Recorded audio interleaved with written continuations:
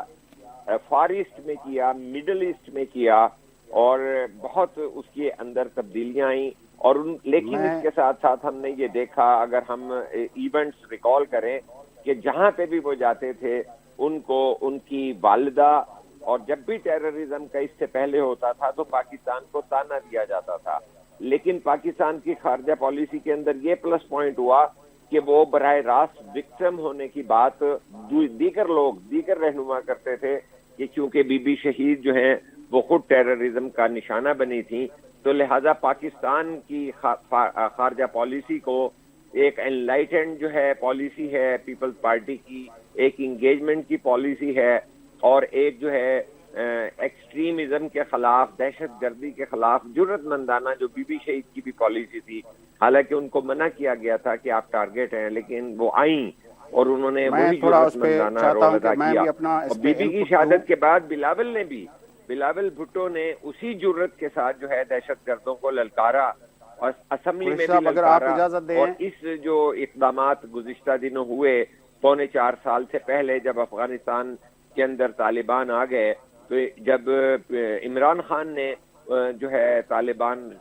نائزیشن کو دوبارہ ایکسیپٹ کیا اور جگہ دی اور انہیں پاکستان میں داخل کیا، اس کی انہوں نے مخالفت کی، اور اگر آپ اجازت دیں قریشی صاحب تو میں اس میں تھوڑا انپٹ میں اپنا بھی دوں۔ دباؤ بڑھ رہا تھا، لیکن انہوں نے کہا کہ نہیں، ہمیں سوچ سمجھ کے جو ہے عالمی برادری کے ساتھ جو ہے۔ اچھا قریشی صاحب، اس میں میں تھوڑا چاہتا ہوں کہ دوسرے موضوع پہ جانے سے پہلے میں بھی تھوڑا اس پہ انپٹ دوں، اپنا 2-4 جملے میں بھی کہہ دوں۔ میرے حساب سے تو بلاول بھٹو زرداری صاحب نے جب واشنگٹن ڈی سی میں اپنا American secretary of state Antony Blinken سے ملاقات کرتے وقت جو جملہ کہا تھا، بالکل اسی طرح جس طرح اس کے پہلے اپنا اسمبلی کے اجلاس میں اس نے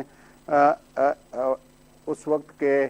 سلیکٹڈ پرائم منسٹر کو پرائم منسٹر سلیکٹ کہا تھا، پھر وہ جو تھا اس کا ٹائٹل بن گیا۔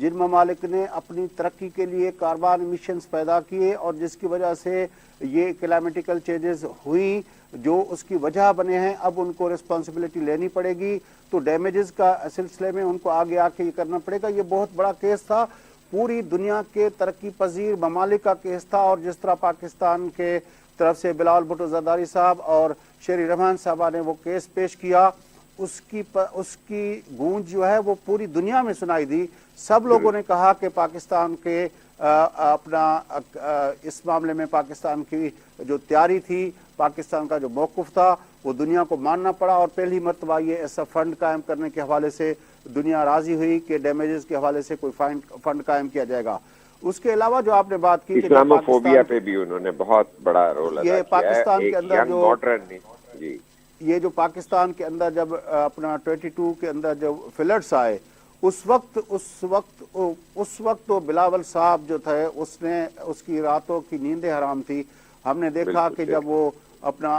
آسمان جہانگیر کانفرنس کے اندر باتیں ہو رہی تھی اپنا اس وقت کہ کیا ہو رہا ہے ہماری سیاست میں، کیا ہو رہا ہے ہماری عدلیہ میں، کیا ہو رہا ہے، اس نے کہا کہ یار اس باتوں کو ہم اگلی کانفرنس میں اس سے اگلی کانفرنس میں سارے مسائل پہ بات کریں گے۔ اس وقت ہمارا فوکس جو ہے وہ ہمارے فلڈ وکٹمز ہونے چاہیے، اس کے علاوہ ہمیں کچھ نہیں ہونا چاہیے۔ تو وہ بڑے فوکس تھے، اور پھر دیکھا کہ یو این سے لے انہوں نے مکان بنا کر دے رہے ہیں جس طرح اپنا وہ کیے، اور اب پاکستان سندھ کے اندر اور بلوچستان کے اندر مکان بننے کا سلسلہ شروع ہوا ہے، اور لوگوں کو گھروں کی چابیاں مل رہی ہیں، اور اس میں بھی جو ہے ظاہر ہے ایک اور ایلیمنٹ ہے، فیمیل اپنا پاور کرنے کے لیے ان کے لیے عورتوں کو مالکانہ حقوق دیے جا رہے ہیں، وہ ایک اور اسپیکٹ ہے، اس پہ کبھی بات کریں گے کیونکہ پیپلز پارٹی کا اس حوالے سے بہت کام ہے۔ بہرحال آگے چلتے ہیں منرلز کے حوالے سے۔ آج جو کانفرنس ہوئی ہے، جس طرح ہم نے دیکھا کہ گرین پاکستان انیشیٹو میں جو چھکے لگائے تھے ہمارے آرمی چیف نے لگائے تھے، آج کی کانفرنس کے بھی بڑے بڑے چھکے فَبِأَيِّ آلَاءِ رَبِّكُمَا تُكَذِّبَانِ سے لے کر اور خدا کی نعمتوں کا جو ذکر کیا گیا، اور پھر اپنا چٹانوں سے لے کر صحراؤں سے لے کر یہ جو سارا ذکر کیا گیا، ہمارے آرمی چیف صاحب تو ہماری معیشت کے کافی اپنا اس کو نو ہاؤ ہے۔ اب لگتا ہے کہ معیشت والا سارا جو ہے معاملہ جو ہے وہ اپنا اسحاق ڈار اور احسن اقبال اور ان سب کے ہاتھوں سے نکل کے آرمی چیف صاحب کے پاس جا چکا ہے۔ بالکل، جو اوپر تلے دو چیزیں ہوئی ہیں گرین پاکستان کے اندر، جس کا ظاہر ہے مطمع نظر پاکستان کی خود کفالت اور اقتصادی جو ہے بحالی کی بات تھی، اس کا بھی کریڈٹ جو ہے شہباز شریف نے دیا کہ یہ ویژن ہی ان کا ہے، جبکہ میں نے خود سنا ہے، اور ہاں آپ کے پروگرام میں نے بات کی، آصف علی زرداری نے جو ہے پاکستان کی زراعت کو ایک جو ہے بیسس بناتے ہوئے اور یہاں کی انڈسٹریلسٹ کلاس کے اوپر پورا ایک پروگرام دیا ہے کہ کم از کم 10 یا 20 سالہ پروگرام ہوتا ہے۔ ویسے تو وہ 50 ایئرس کا کہتے ہیں کہ چائنا کے ماڈل پہ اگر کوئی نیشنل ریکنسٹرکشن کا پلان ہو، لیکن میں یہ سمجھتا ہوں کہ یہ ایک ضرورت تو ہے ملک کے وسائل کو استعمال کرنے کا۔ ہمارے ہاں لوگوں کو زراعت آتی ہے، اسے ماڈرنائزیشن کے ساتھ کر لیں، لیکن اس وقت اتنی جلد بازی میں، جس طرح میں پہلے بھی آپ کے پروگرام میں کہہ چکا ہوں کہ میرے جو ہے سیاسی نقطہ نظر سے یہ چیز غلط ہوتی ہے کہ جب ایک چیز کو آپ جلد بازی میں، ہیسٹ میں اور انگیج کیے بغیر سماج کے اندر اور سارے سٹیک ہولڈرز کو اور بیچ میں شامل نہیں کرتے، تو وہ اچھا آئیڈیا بھی جو ہے وہ مست ہو جاتا ہے، اور اس کے بارے میں جو ہے غلط پروپیگنڈا بھی ہوتا ہے، اور حقائق بھی جو ہے قابو میں نہیں رہتے۔ اسی طرح جو یہ منرلز کی بات ہے، یہ کوئی نئی بات تو نہیں ہے، راکٹ سائنس تو نہیں ہے کہ ہمارے جو پہلے بھی منرلز کے معاملات تھے اور پریشیس جو ہے میٹل کے تھے، کاپر جیسے، اس میں ہمارے ملک کی اقتصادی معاملات کا بیڑا غرق کر کے رکھ دیا پاکستان کی سپریم کورٹ میں، بالخصوص افتخار چودھری کے دور میں، اور ہمیں اربوں روپے کے جرمانے، اور ہمارے 2 دہائیاں ضائع ہو گئیں کہ کہاں اس کے ثمرات آتے اور انفراسٹرکچر بنتا، لوگوں کی زندگی کے اوپر اس کے جو ہیں پھل ملتا، اس کا جابیں ملتی، اور کوئی جو ہے تعلیم پہ اور ہسپتالوں پہ توجہ دی جاتی، لیکن یہ کوئی پوچھنے والا نہیں ہے کہ سپریم کورٹ آف پاکستان نے سینڈک کو کیا کر دیا، اور کاپر کے معاملات کو کہاں سے اب ہم کامیابی کہتے ہیں کہ جی اتنے بھاری جرمانے دینے کے باوجود بھی کہ جی ہم نے بچا لیا ہے. تو میں یہ سمجھتا ہوں کہ اس طرح کی جلد بازیاں جو ہیں وہ نہیں ہوتا. ایک ملک گیر پالیسی جو بنتی ہے اس کے اندر تمام سیاستدان بیٹھ کے وہ کرتے ہیں. اس کو سیکیورٹی فراہم کرنا ہمارے سیکیورٹی اداروں کا جو ہے نا ایک بہت اہم رول ضرور ہے کہ جس طرح چائنا کے ساتھ آپ سی پیک اور روڈ اینڈ بیلٹ انیشیٹو اور اب آپ جو ہیں مختلف جگہوں پہ انڈسٹریل زون بنا رہے ہیں. اور یہ بات جو ہے شبر رضا نے بھی کہی ہے جو بلاول صاحب کر رہے ہیں کہ کراچی کے ارد گرد اور قریبی علاقوں کے اندر جو ہے وہ انڈسٹری ہونی چاہیے. کیونکہ یہ بھی اب بات ہو رہی ہے کہ آپ کاٹن جب خرید رہے ہیں تو وہیں کراچی میں لے کے دوبارہ بیچ رہے ہیں. وقفہ لیتے ہیں. وقفے کے بعد آ کے اس پروگرام کو آگے بڑھاتے ہیں. ناظرین وقفہ تو آپ کا پروگرام جس سلسلے کے کر رہے ہیں.